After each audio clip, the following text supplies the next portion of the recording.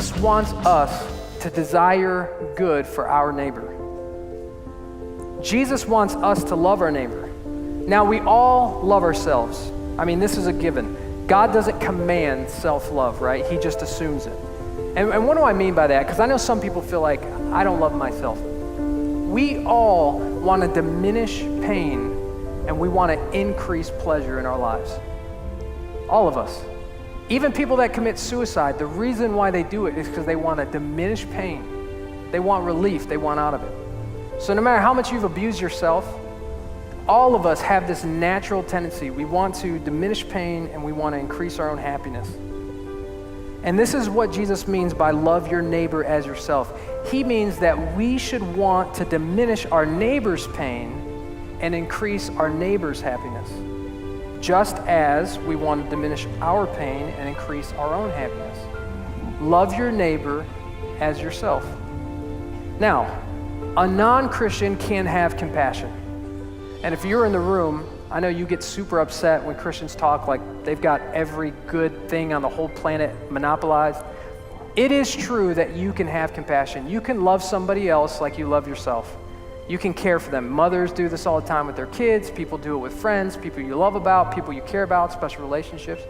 You can have compassion on other people.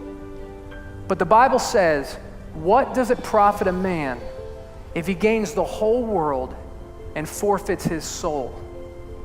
In other words, you can love your neighbor as yourself.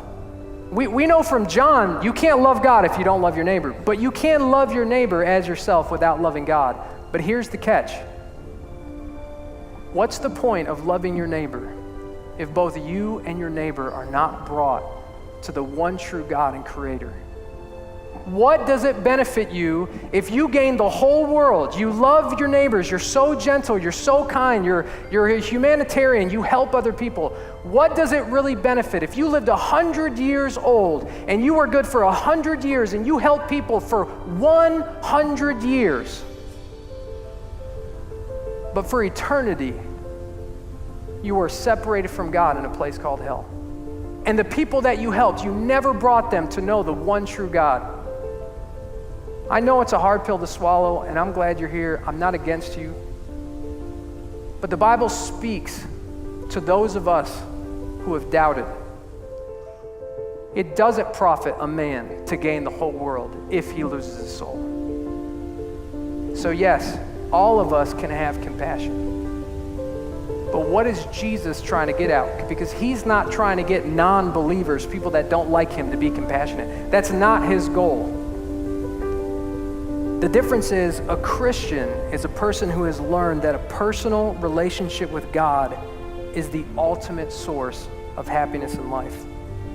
A Christian is a person who hears the first commandment, to love the Lord your God with everything that you are, and they know this is the only legitimate way to have true happiness.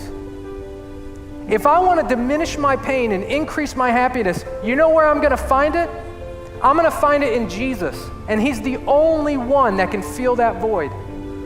There is no other name given under heaven by which we must be saved. No one can bring us peace except for Jesus.